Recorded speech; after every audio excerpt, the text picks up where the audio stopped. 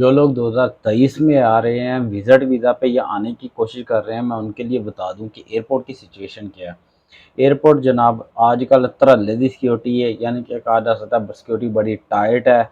वो इन्होंने एक स्पेशल टीम बैठाई हुई है जो सिर्फ ये चेक करती है कि वो सिर्फ इस बात का ख्याल रखती है कहीं ये सेटिंग तो नहीं है इस बंदे की, ये बंदा ओरिजिनल विजिटर है कि नहीं। मैं आपको बताता हूँ, ओरिजिनल विजिटर आराम से पहचाना जाता है। मिसाल के तौर पर उसके पासपोर्ट के ऊपर पहले ठप्पे ठुप्पे लगे होते हैं दूसरे कंट्रीज के।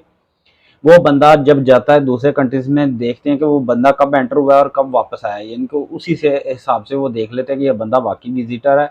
और एक और चीज़ है, ओरिजिनल जो विजिटर है, एक तो पासपोर्ट, एक तो उसके पासपोर्ट के ऊपर ट्रैवल हिस्ट्री है, दूसरा ये है कि उसके अंदर एक कॉन्फिडेंस होता है। उनको पता होता है कि ये बंदा दूसरे कंट्रीज भी पहले घूम फिर के आया है, तो ये बंदा ओरिजिनल विजिटर है। तो इस तरह के वो बंदे को एंट्री दे देते हैं। जो हमारी तरह का बंदा, जो सिंपल सा बंदा जो पहली दफ़ा पासपोर्ट के ऊपर ठप्पा लगवाने के लिए जा रहा है या पहली दफ़ा पासपोर्ट के लिए ट्रैवल हिस्ट्री बनाने के लिए जा रहा है, तो उनको पता है कि मलेशिया की सिक्योरिटी जब टाइट है, इमिग्रेशन टाइट है, फिर भी ये लोग इधर आ रहे हैं। इसका मतलब ये नहीं है कि ये ट्रैवल इसी के लिए आ रहे हैं। ये इसलिए नहीं है कि ये बंदे लोग ये लोग इधर आ रहे हैं कि जी हम अपनी ट्रैवल हिस्ट्री दूसरे कंट्रीज़ के लिए अपनी पासपोर्ट की रेटिंग बढ़ाने के लिए जा रहे हैं। ये यहाँ पे काम करने के लिए आ रहे हैं, वो इस चीज़ को जान लेते हैं। अब एजेड हज़रात की मैं बात कर लेता हूँ। रोज़ बंदे डिपोर्ट हो रहे हैं, बहुत ज़्यादा डिपोर्ट हो रहे हैं। बताने का मकसद डराना नहीं होता, बताने का मकसद सिर्फ इन्फॉर्मेशन होती है। जब एयरपोर्ट की सिचुएशन बेहतर होती है, मैं बताता हूँ, ये एयरपोर्ट की सिचुएशन अब बेहतर है।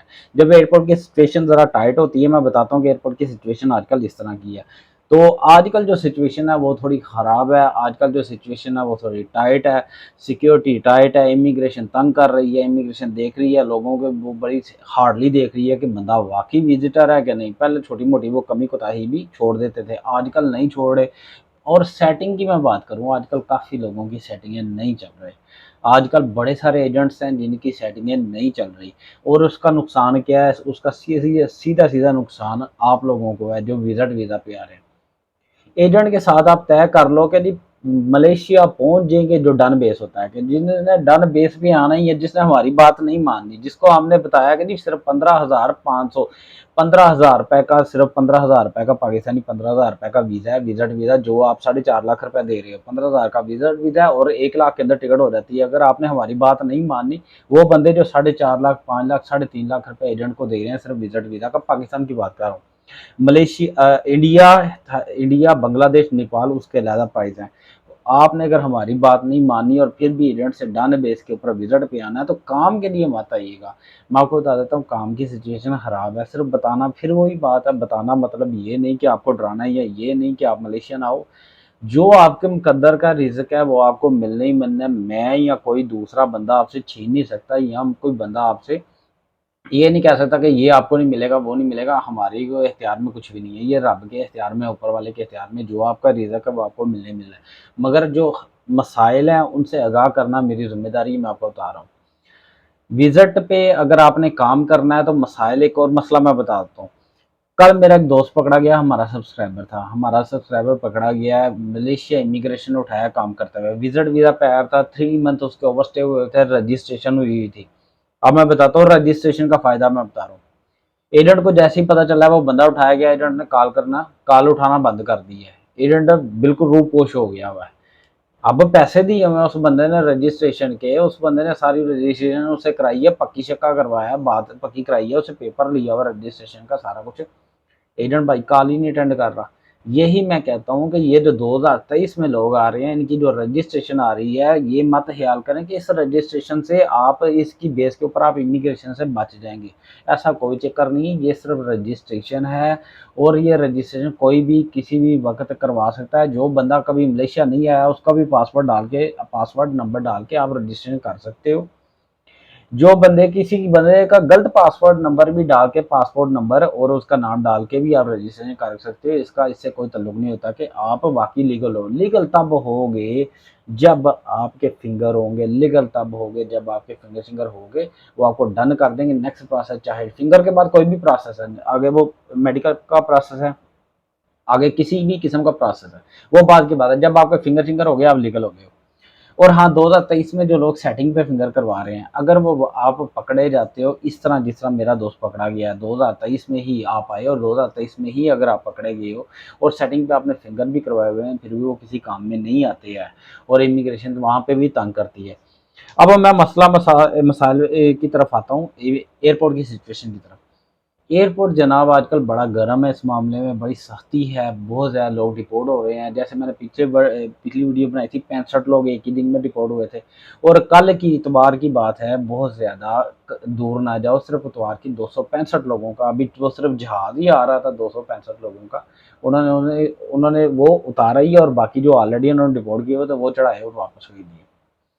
तो कहना ये चाह रहा हूँ कि हालात ख़राब हैं इस वक्त एयरपोर्ट पे। अगर आपने सिर्फ विज़िट वीज़ा के लिए, ट्रैवल हिस्ट्री के लिए आना है, तो यार अगर आपके पासपोर्ट का बोलता है कि उसके ऊपर 5-6 कंट्रीज़, 4-5 कंट्रीज़ के वीज़े लगे हुए हैं, आप समझ आती है अगले बंदे को कि वाकई आप ट्रैवलर हो, और आपने सिर्फ और सिर्फ यही करना है कि विज़िट ही करना है, और वाकयातन आप एक टूरिस्ट हो, और वाकयातन आपने 3-4 दिन की, जब भी 4-5 दिन की जब भी आपकी एक प्लान है, उसके बाद आपने ट्रैवल प्लान कंप्लीट करके वापस चले जाना है, तो फिर आप आ जाओ, आपको एंट्री मिल जाएगी बगैर किसी काउंटर सेटिंग के, आपको एंट्री मिल जाएगी। जो बंदा ओरिजिनल है, सो किसी किस्म की काउंटर सेटिंग की जरूरत नहीं है।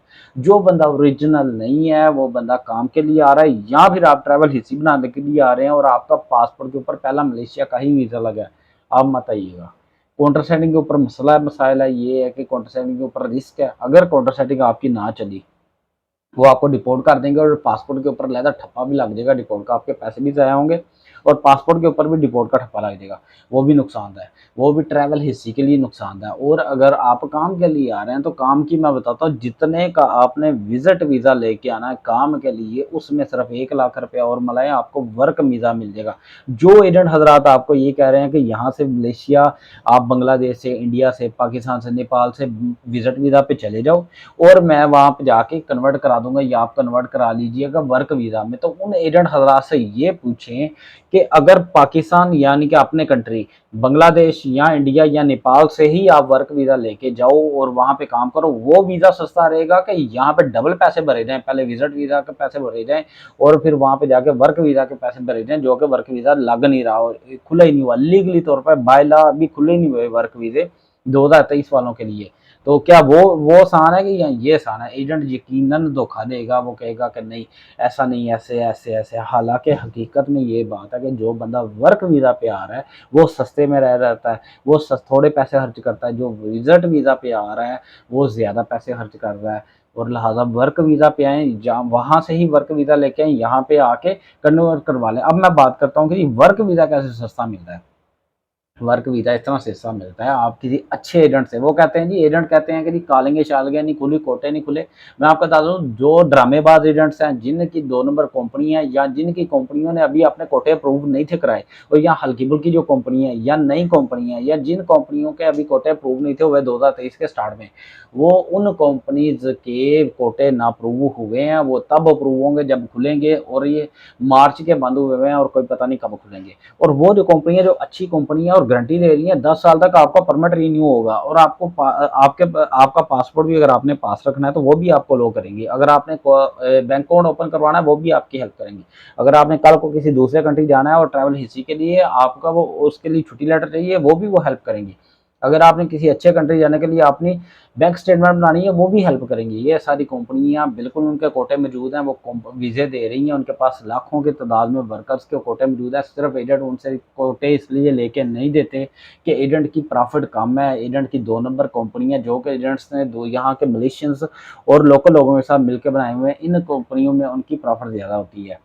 तो लिहाजा यही मैं बार बार बात करता हूँ कि आप अच्छी कंपनी से कॉन्टैक्ट करें।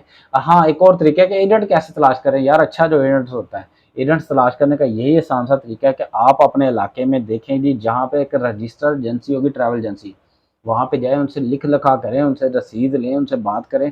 वो आपको एजेंट से सस्ता वीज़ा दें या ना दें, मगर वो आपको धोखा करने के चांसेस कम होते हैं उसमें। आपको उनका पता होता है, आप कल को उनको पकड़ सकते हो। और जो एजेंट्स होते हैं जिनका पता ही नहीं है, आपका घर का भी नहीं पता, और ये आप सिर्फ मुझे कई लोग कह रहे होते हैं हम हमें वीज़ा दिला दो, ये दिला दो, मेरा मेरा किसको पता है। तो यही कहता हूँ कि अगर आपके साथ कोई धोखा कर दे, कोई गलती कोई ज़्यादती कर दे आप उसका क्या कर सकते हो। लिहाजा ये है कि आप इन चक्करों में ना पड़ो एजेंट्स हज़रात के, और ये है कि लीगल काम करो, वहीं से वीज़ा लो जो रजिस्टर्ड एजेंसी हैं, और अपने आप को लीगल बनाओ और लीगल आओ, आसानी होगी, विज़िट पे मत आइएगा। ये थी वीडियो, ये बताना चाह रहा था आपको।